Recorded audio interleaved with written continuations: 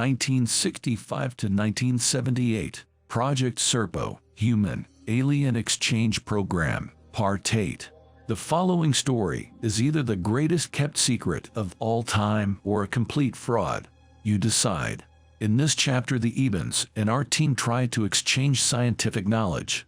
It was much harder than you could imagine. This presentation is of the information posted on the website, serpo.org, from a retired senior government official. The website was intended to facilitate the gradual release of confidential documents pertaining to a top-secret exchange program of 12 U.S. military personnel to Serpo, a planet of Zeta Reticuli, between the years 1965 to 1978. It was difficult to speak science to the Ebens. How do we explain Einstein? How do they explain their Einstein? We had a difficult time relating our science to them. However, they seemed to understand our physics and chemistry quicker than we could learn theirs. We managed to observe some strange things about their technology. First, we took apart one of their locators they had placed on our belts. It wasn't easy. There were no screws or bolts holding it together. We had to break the thing. The electronics inside was like nothing we have ever seen before. There were no transistors, tubes, rectifiers, coils, or other electronic components like our technology. This thing had just wires and some bulges in the wires at certain points. There was two components, which none of us had ever seen before. We could not use our frequency counter to determine the frequency it transmitted and received. It was out of our range. 633 and 661 used some other equipment to analyze the thing, but they couldn't understand it. We asked the Ebens scientist, who we called EB4. The problem was the translation. EB2 had to translate because EB4 didn't speak English. A lot is lost in translation, even though EB2 does a pretty good job with English. We showed EB4 one of our portable radios. The Motorola FM radio was pretty complex to us. It was new and contained 4 channels. 661 took apart the radio in front of EB4, explained the parts in the different crystals we use for frequency. EB4 couldn't understand it. He seemed as lost with our radio as we did with theirs. EB2 told us that EB4 couldn't understand the radio or how it worked. So that was our dilemma. How do we exchange science knowledge? Each of our civilizations must learn from the other. So, we decided to begin a school. Our first days were pretty tough. We started with simple things, which we thought would be similar to what they would know. We chose light. 661, who did some teaching before, started with wavelengths. 661 started with non-visible light and the different angstroms. Then 661 showed them the spectrum of light. 661 showed them cosmic rays and how we measured them. Then he went to gamma rays, X-rays, and ultraviolet light. 661 explained that light was what we called electromagnetic waves. Over a period of even days, 661 explained everything he knew about light, frequencies, and a description of the frequency bands. During this time, several other Ebens came in and listened. EB2 was extremely tasked with translating this. EB2 had a difficult time explaining everything 661 said because she didn't know the even words for everything. But she did an outstanding job of describing what 661 was saying. I don't think EB4 got everything 661 said, but it didn't take long for EB4 to realize what 661 was describing. 661 then showed EB4 a repair manual for one of our test equipment. Since everything, or almost everything we brought was military, it was a military manual. The manual contained schematics of the circuits. EB4 was completely lost, but eventually figured out what 661 was showing him was the inside of the test equipment. 661 then started showing the basics of electricity.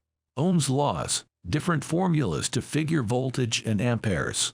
EB4 was confused, to say the least. But one of the other Ebens, who had come in to listen, grasped the ideas quickly. We called this Eben EBE5 or the Einstein.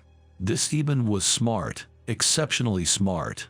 After 3 years, we finally met an Eben who can grasp our science. The only problem is he couldn't speak English, but he asked questions, which EBE4 didn't really do. Although it took several lessons to teach EBE5 what each letter meant in a formula, EBE5 finally realized what we were saying. This Eben must have had an IQ of 300. EBE5 actually solved some simple problems set up by 661 in basic electricity, like solving for the amount of resistance in a circuit, and simple things like that. It was a remarkable scene. EBE5 became our race student. We couldn't get rid of the guy. He followed us around and asked questions through EBE2. When EBE2 wasn't available, he would simply point and shrug his shoulders. We'd speak to him in English, or have 420 or 475 translate to him. But only 420 could understand most of what EBE5 was saying. This came to another interesting point. EBE5 looked a little different than the rest of the Ebens. During the last several years, we have noticed some of the Ebens, especially the ones who live up north, look different. Their heads seemed to be bigger. They had a more weathered-looking face. EBE5 is from the north. He lives in the second village to our north. The distance is approximately 5 kilometers. I drew the map in entry 4,432, showing all the villages in the north. I'm sure they have more villages farther away, but we haven't visited them yet. EBE5 also does not have a mate. This is strange but not totally uncommon. We have found several Ebens without mates. We haven't delved into the personal life of EBE5, but 518 wants to. I explained in one entry about the Eben technology when it comes to screws, bolts, etc. They don't have any. Everything they make is sealed with some sort of solder or melting method. When we visited their manufacturing plant, we were amazed at how efficient they were with manufacturing furniture, their helicopters, or flying devices. We still haven't seen their main spacecraft manufacturing plant. It must be in the far west and south. I'm sure we will visit the place someday. We still have 7 years, or at least 7 Earth years left. As I mentioned before, we have totally lost track of Earth time. We gave that up many of our years ago. We have gauged our time on Eben time, which is extremely complex, as I mentioned before. We had a feast today. What a feast! We used our last sea rations, but the Ebens didn't really care for our food. We did kill a beast. As I mentioned before, the Ebens allowed us to kill the beasts for meat. The meat isn't really bad. 899 says it tastes like bear, which I never ate. But Ebens look at us very strange when we eat meat. Strange, they can clone creatures and other species of humans, but they can't eat meat. How strange they are. But they allow us to do just about anything we want, and eating meat is something we need for the protein. We use the last of our salt and pepper, which does make eating their food more of a challenge. The Ebens don't have anything similar to salt and pepper. They do have an herb, as we call it, something like oregano, which they use. It has a tart taste, but we have developed a taste for it. The feast was great. We participated in the dances, which the Ebens really like. They get great pleasure dancing and playing their strange games. I described the games before, but at this feast, we saw something different. The game was played like chess, but with Ebens standing on a large square area of the compound. The squares were divided into 24 sets. Each set had another 2 spots. Just how or why the Ebens moved was a mystery to us. One of the Ebens would say a word, and then another Eben would move. It appeared that it was a team game. 6 Ebens on each side. We couldn't figure it out, but at the end, the Ebens danced with each other, signifying a victory, we think. It was a fun day. My team played softball with some hard-nosed Ebens who have learned the game well for the most part. They still haven't figured out they have to catch the ball before it hits the ground. But they had fun.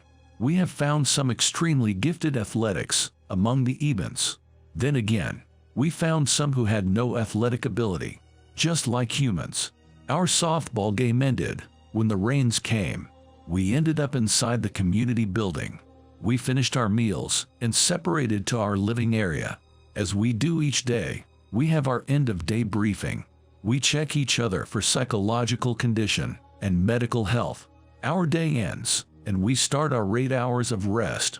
Ebens have a different period of time, as I mentioned before. They rest about 4 hours for every 10 hours working time, but we must consider their hour is longer and that their days are longer. So we stopped using our time and used the Eben time.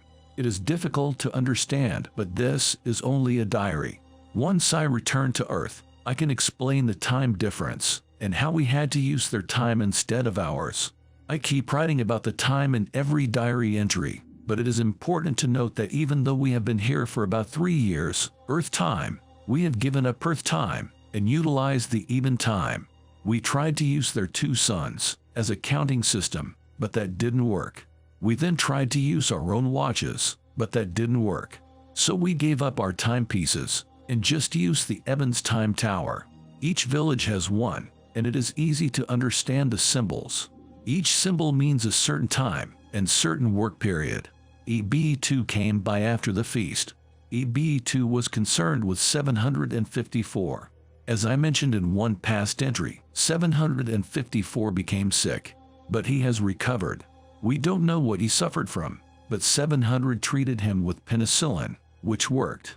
We all have had some sort of sickness since we've been here, except 899. That guy is a solid rock. He hasn't been sick, not even a cold. 706 and 754 are keeping detailed records of each team member and their medical and physical condition. We have tried to keep a steady physical fitness program since we arrived. Sometimes we follow it and sometimes we don't, but everyone is in pretty good shape, at least physically. Mentally, that might be another story. Some team members miss Earth, as I do, but no team member has broken down or has needed some type of psychological help from 700 or 754. Our screening process was great. Keeping busy is our medicine. We keep extremely busy, exploring and doing our mission goals. At one of our team meetings recently, 203 and myself decided to give up the military greetings, saluting that each member did the first time they saw us. I decided we maintain our military bearing and manners, but we will give up the saluting. Each team member agreed. I have no problem with that. The Ebens just stared at us when we did that, but they also have their own greetings. Ebens exchange different greetings, depending on the time of day. They hugged at certain times, touched fingers on other times, and bowed at other times. We still haven't figured out why they do that. EB2 just explained it was a formal greeting method. Ebens live a very strict life. They keep a regimented lifestyle. We have seen some variances, but only a few. The military keeps everyone in line. The military acts as a police force, as I mentioned before. They do not carry any weapons, but they do have different uniforms and every Eben respects that uniform. The military are patrolling all the time. They walk in pairs and seem to be extremely friendly, but can be very strict. We saw 2 Ebens walking across a field. 2 military members quickly approached the 2 Ebens and pointed to a building. The 2 Ebens walked to that building with the military members. The military members were yelling something at them. At the time, neither 420 or 475 were available for translation, but I figured those 2 Ebens violated some custom or law. We have been warned by the military when we approach something we are not supposed to approach. The military are very respectful when they deal with us, but they don't allow us to violate any of their customs or laws without warning us. The Ebens have adjusted to us just as we have adjusted to them. We carry on our mission, and they allow us to do just about anything. The one forbidden act is not to enter a private living house. We did that once and was politely escorted out by the military. There seems to be more military than actually needed. They do have weapons, as I mentioned before. We rarely see any military member with those weapons, but we did see them during the alert that occurred some time ago. EB2 came into our living compound just after one of our rest periods. EB2 was excited and told us to stay inside and not to exit our living quarters. We asked why, and EB2 said that an unknown spacecraft had entered their planet's orbit. But EB2 assured us that the military will take care of the problem. We naturally went into our own alert. We issued our weapons and stood by to guard our living area. We violated her instructions and went outside. We watched the skies and saw a lot of air traffic. We then saw all the military members with weapons and something that looked like field packs. They were in full fighting gear, as 899 called it. The alert didn't last very long, and EB2 came back, looked at us a little curious, and then told us everything was all right and the alert was over. We asked her if the unknown spacecraft was identified. She said it wasn't a spacecraft but just a natural piece of space debris and left it at that. We didn't believe her, but we had no way of knowing any difference. We returned to our normal routines. Source: Serpo.org via Morris Osborne. My take: I wonder if we will find out more about the mysterious spaceship that invaded the Ebens skies. Who are they? Is it some kind of interstellar enemy? Stay tuned for more next week. Same bat time, same bat channel.